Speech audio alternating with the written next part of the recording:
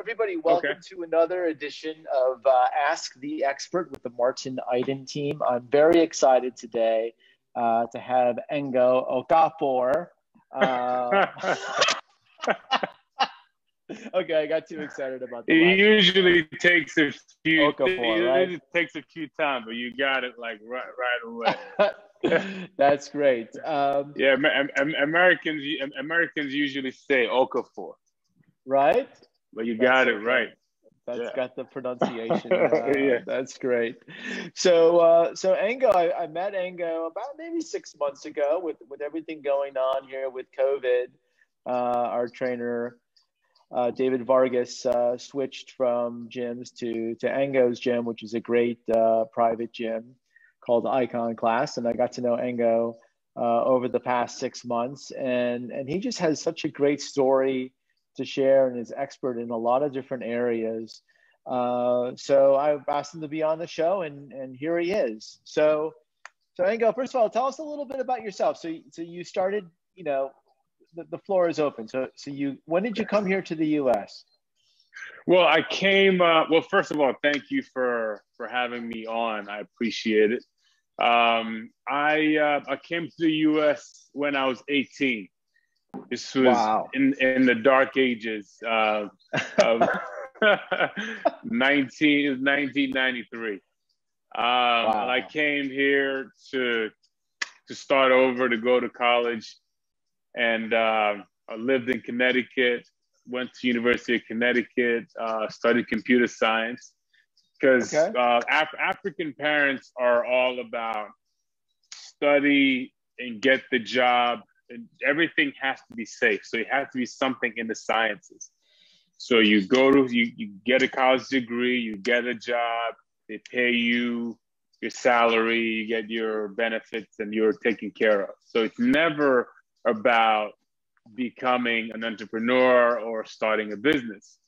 So I went that route, got the college degree, started working as an IT guy. Okay. And I got poached from the Connecticut company by a New company in New York City, to come work for them. And that's how I came to New York. I actually didn't even, people think I came here for entertainment, to be like modeling, right, and acting, but actually to be an IT guy. And luckily for me, I got laid off about 6 months after coming to New York with the company. And I just was like, I'm here in New York City. I don't want to just be a corporate guy. Like, I can live all of my dreams. I can do anything I want to do. Right. So I decided to not go back to getting another job. I just was like, why? I'm just going to do everything that I've ever dreamed of doing. So modeling was one of those things. Okay. So I found a photographer in the gym, and I asked him if he would be open to taking pictures, and he was, and we took some pictures, and I took them around. Didn't get any bites from any agencies. So I was like, damn, it's not working. Maybe I should go back to work. So I was like, all right, fine, let me just give it another shot. So we did another round. I trained harder, got a little bit leaner. We did some more pictures, and then one agency picked me up, and then they started sending me out, and I started booking quickly. And it was, I had a really good career. Okay. But just like, especially for men in the business, the career doesn't last very long. Mm-hmm. So as that was starting to happen, I actually started boxing. I learned how to box just for cardio, just like most people do. Got it. I was 31 at the time, and I just fell in love with it. And I didn't get a chance to really play sports as a kid because I was sick a lot as a kid. So it was either time in the hospital, and when I was out of the hospital, I was studying and trying to catch up on what I missed in school. So it was never time for sports. And my parents weren't, they were both teachers, so they were not into academic. They were not into sports. It was like school, school, school. If you want to play sports, go run around the house and come back and do your homework. Right. So it was not. So it's They were really not fans. interesting. Yeah, such a winding road. So one thing, I'm from Wisconsin, the Midwest, and the Midwest is similar to you, where engineering is the stability. And my parents, I don't know if they're watching right now, but they drilled into me, you have to be an engineer no matter what it is. Similar, that's what brought me to New York. And after a few years, I left as well. It was the entrepreneurial spirit, I guess, captured me, similar to you. There you are. Here you are now. Right. So great. All right. And I believe that you're being modest here, but your work as a model, you were one of the highest paid people for the profession, correct, at the time? Yes. I did well, thankfully.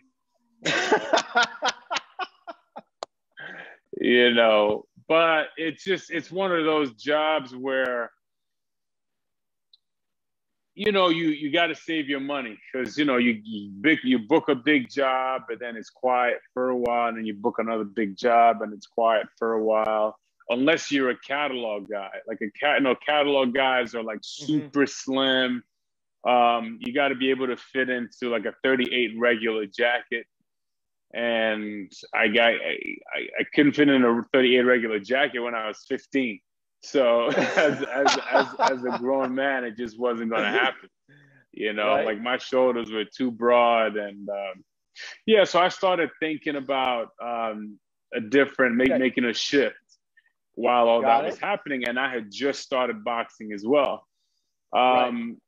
So I just kept running into people in the boxing world, and people just kept telling me, listen, you should, they felt like I had good skill, I had good talent for it, and that I should pursue it and see where it goes. So I decided to do that. And I decided to do the Golden Gloves. Because I'm like, they're men just like me. They have one head just like me, two arms, two legs. I just have to work hard and figure it out. And I did that, and I started training. And after a year and a half after I started boxing, I won my first Golden Gloves. I was 33. Wow. That's amazing. I was the oldest to start. I was going to say, boxing. Isn't that a little old for I mean, it's a good testament to you, right? But you were the old guy in the room, right? The old exactly. guy. I fought guys that were like teenagers. For my second Golden Gloves, I fought a guy who was half my age. Wow. And he was the guy that was supposed to win, but like he hadn't seen anything. He hadn't suffered like I suffered. And when you punch someone with pain and suffering, it feels a little different than when someone punches you with skill. So I won two Golden also Gloves. We got to make sure we get a clip for that. That's one of the outtakes of this show right here. Great. So you were doing, and how long were you in boxing for? 5 years. Wow. 5 years. I got in, got out with my brain cells intact and my face intact. I was gonna say, it was kind of funny. You went from modeling to boxing. You exploited the looks, so now you can give them away with boxing. Yeah. But what? All right. So what did you do for money during boxing? Did you make money? I was training. Okay.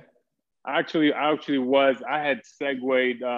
An ex-girlfriend of mine was like, "Listen, what else do you want to do?" And she said, "You're always helping people with fitness. You're always asking questions. You have great advice. Maybe try being a trainer." Okay. And at the time, I didn't want to be a trainer because I loved being in the gym. It was my solace. It was my safe place. And I didn't want it to feel like work. Right. So she's like, listen, if you don't like it, you can just, so I said, all right, fine, I'll try it. Okay. And So it was a. say that again. Oh yeah, no, it's good. So basically, it was something to get, a means for getting you through while you were doing boxing and stuff, right? Exactly. And it luckily it was the perfect match because it married my love for teaching with my love for fitness. And it actually made it even better, you know, just being in the gym and helping people and teaching people was it didn't not one day felt like work. It was just Right. so easy of a transition.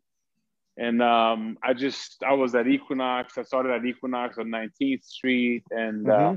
a year later, I took my clients and I went independent. And I've been independent since 2007. Wow. So that's a And long time.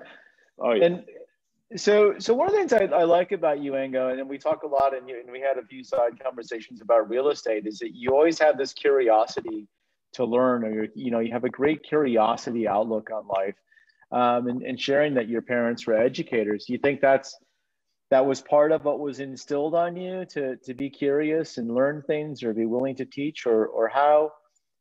What um, advice would you have for people that, maybe are a little curmudgeon, for lack of a better word?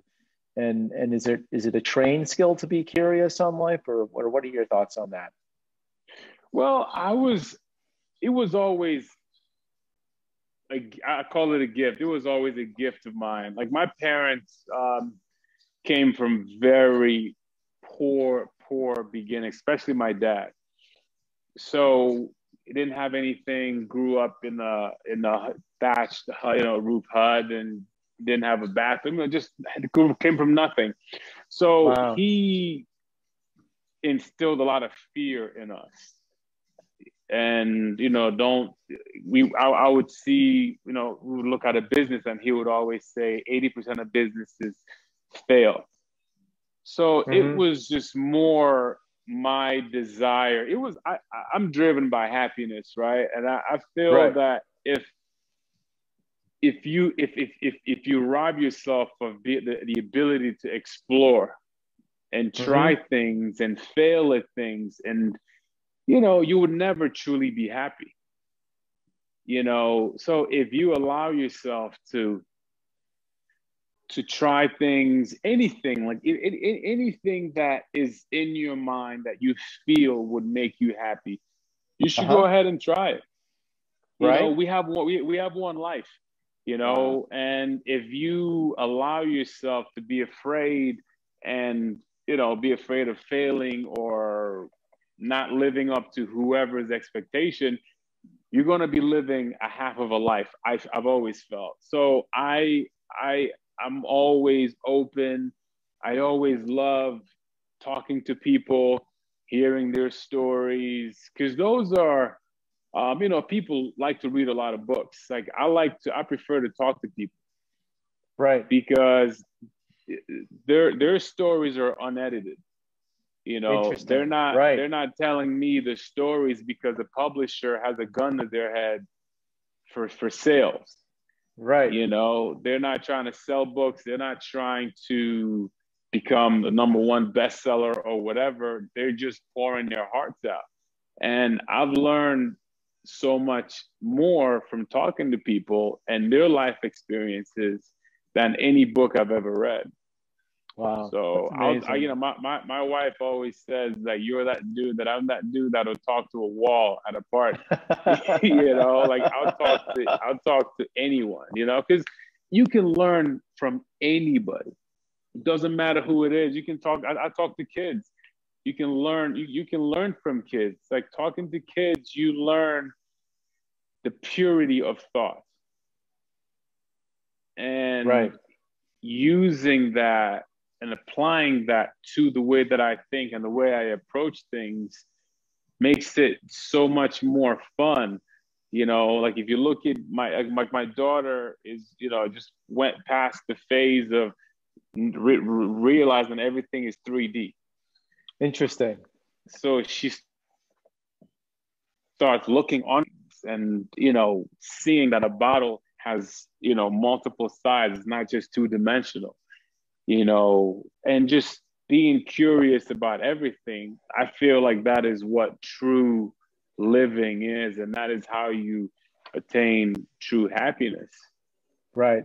So uh, I agree. So that leads to a good segue, right? So it's a big and just for a little bit, and correct me if I'm wrong on the personal training thing, right? That when you work at a gym, for every dollar that comes in, you get a portion of that money that comes in, and candidly, most of it goes to the gym, right? When you're at Equinox or something. So when you're an independent trainer, phase one is, now for every dollar that comes in, most of that money is yours. And if you're at a gym, independent gym, you give the gym something, but most of it's yours. So that's Yes. entrepreneurial step number one. Yeah. Right. And then tell me briefly, like quickly, what made you go from being an independent trainer to opening up your own gym? What was that catalyst like? And then I want to talk about how you reinvented yourself and everything with this 28-day program and all this stuff. But quickly, how did you make that shift from independent trainer to getting to opening your own gym? Well, the first, like once I got to the independent training gym where I would, my clients would pay me, and I would pay a rental fee to the gym. Right. I immediately saw that the energy in the gym was not to my liking. That's number one. Number two, because the owners of a lot of gyms, just their egos lead the way. And there's just not true camaraderie. There's not true sharing of the wealth of the thought process and how to really excel and be excellent at the business that we're in. So I wanted to create a space where it felt like family, and that we all worked together, and I wasn't the owner. Like you saw me as just a guy who, we all work together. You just happen to pay me. And that's the operative word. Exactly. Happen to pay me. So who helped you with that stuff? What was like, what inside of you said, yes, it's worth taking this risk to open the gym? I don't have fear when it comes to something that I feel deep down that I want to do. Once I feel it and I know it, I just know that I have to do it. So I tried multiple times to open up my own. I tried several years ago, about 8-9 years ago, and I wasn't able to raise the money. I was going to do with a partner. It didn't work out. But my wife got pregnant with our first son, so I got ramped up. I started working like a crazy person, Kids will do that for you. Because immediately I was like, oh, I gotta pay for college. I gotta pay. So I started working.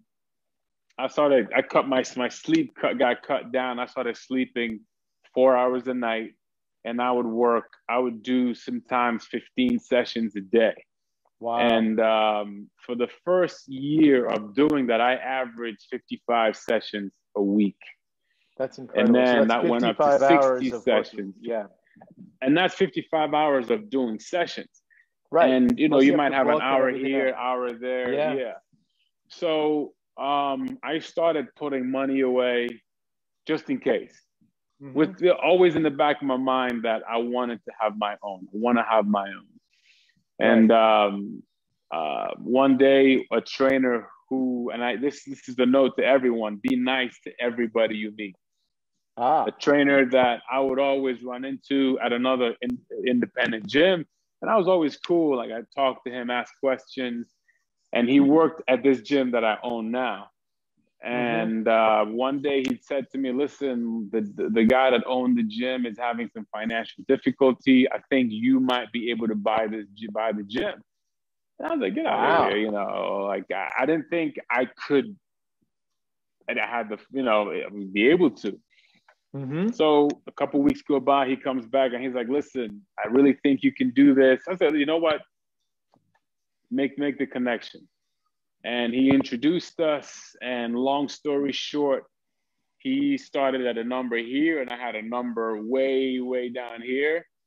And we started negotiating and we met in the middle, and I bought the gym, and it was a dream come true, but it needed a lot of work.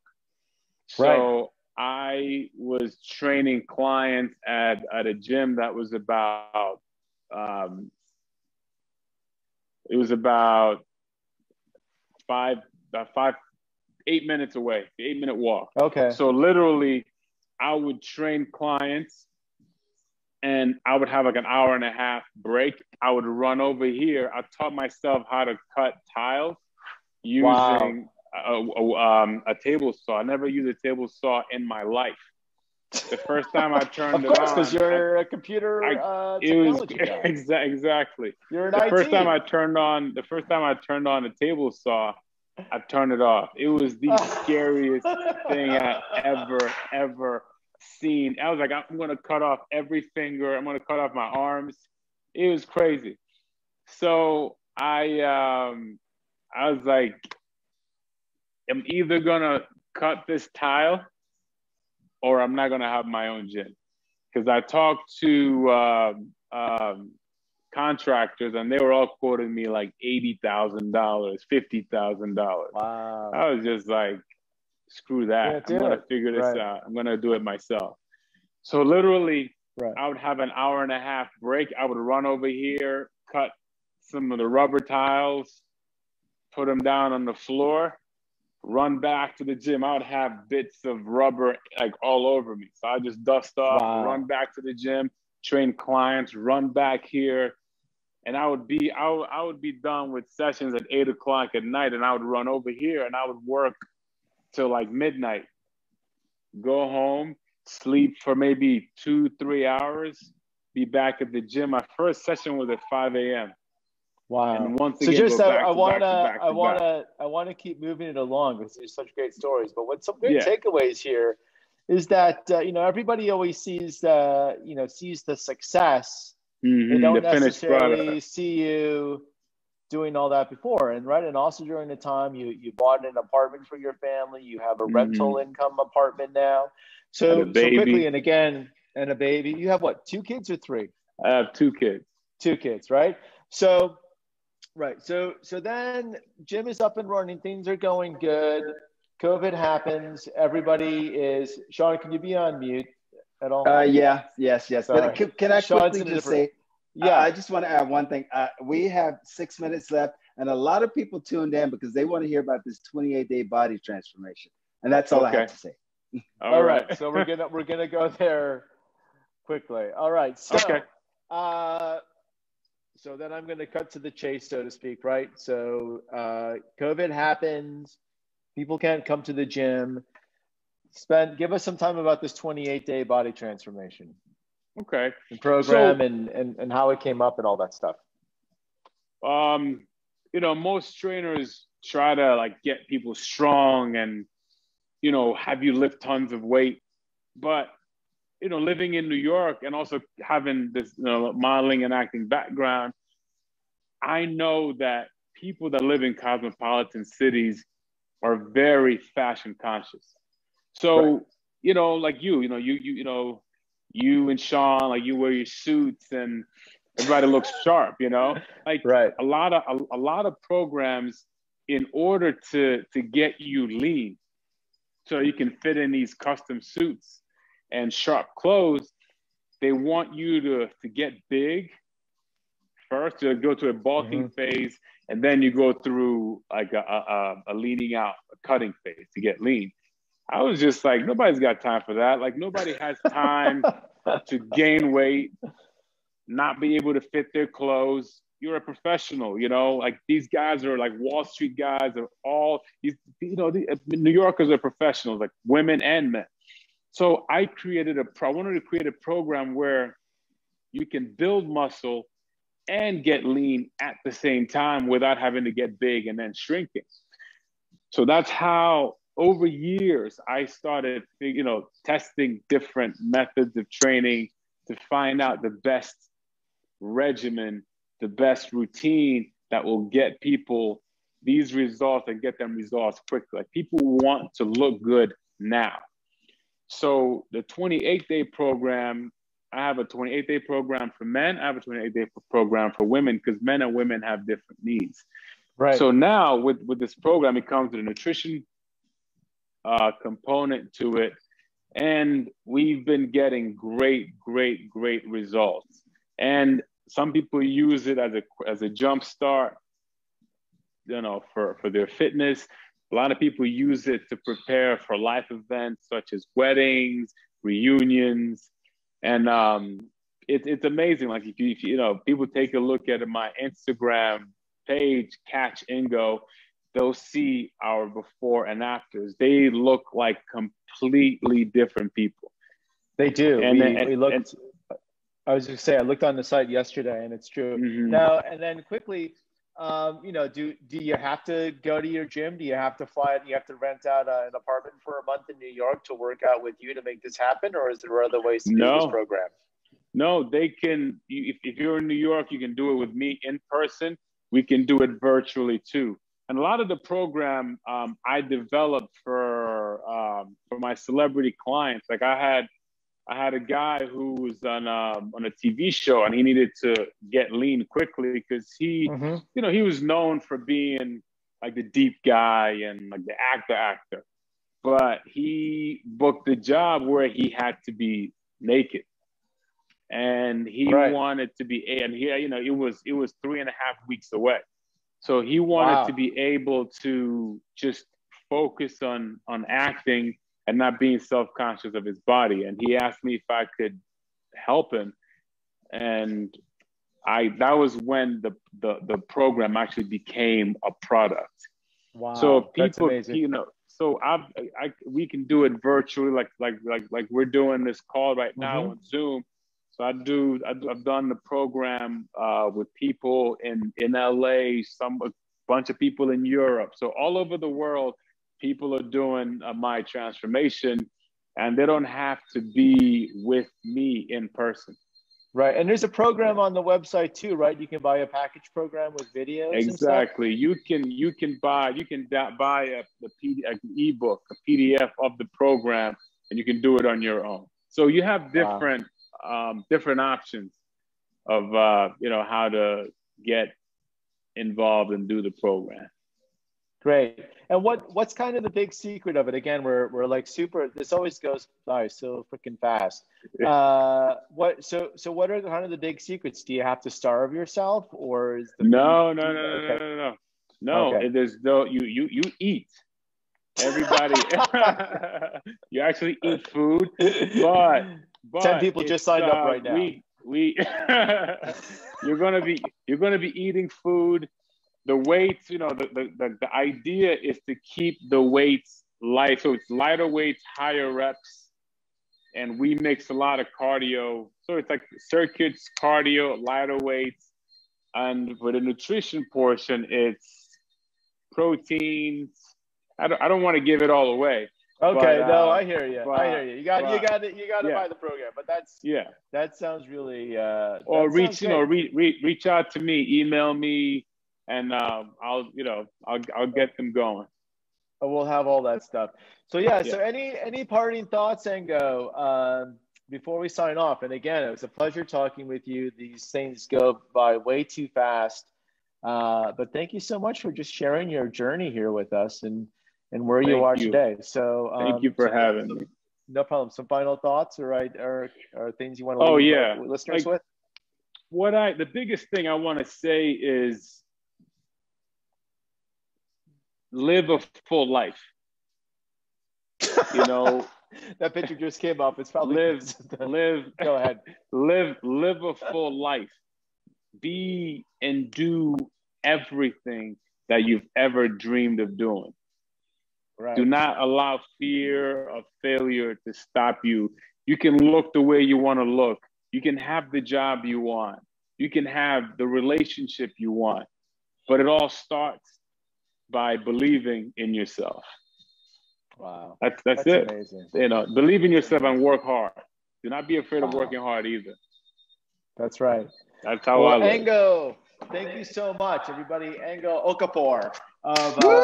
Thank you so much. Can I just also say about his gym is it is a great place to be, and it often reminds me of who I am. It's just so positive and powerful, and you never know who you're gonna see, so always look your best. I love it. I love it. I love it. I love it. Celebrity sleuth Wilson. Anyhow, thank you so much, Ango. Thanks everybody for tuning in to the Martin Knight Team Weekly Ask the Experts. Thanks again for joining us, and we'll talk to you later.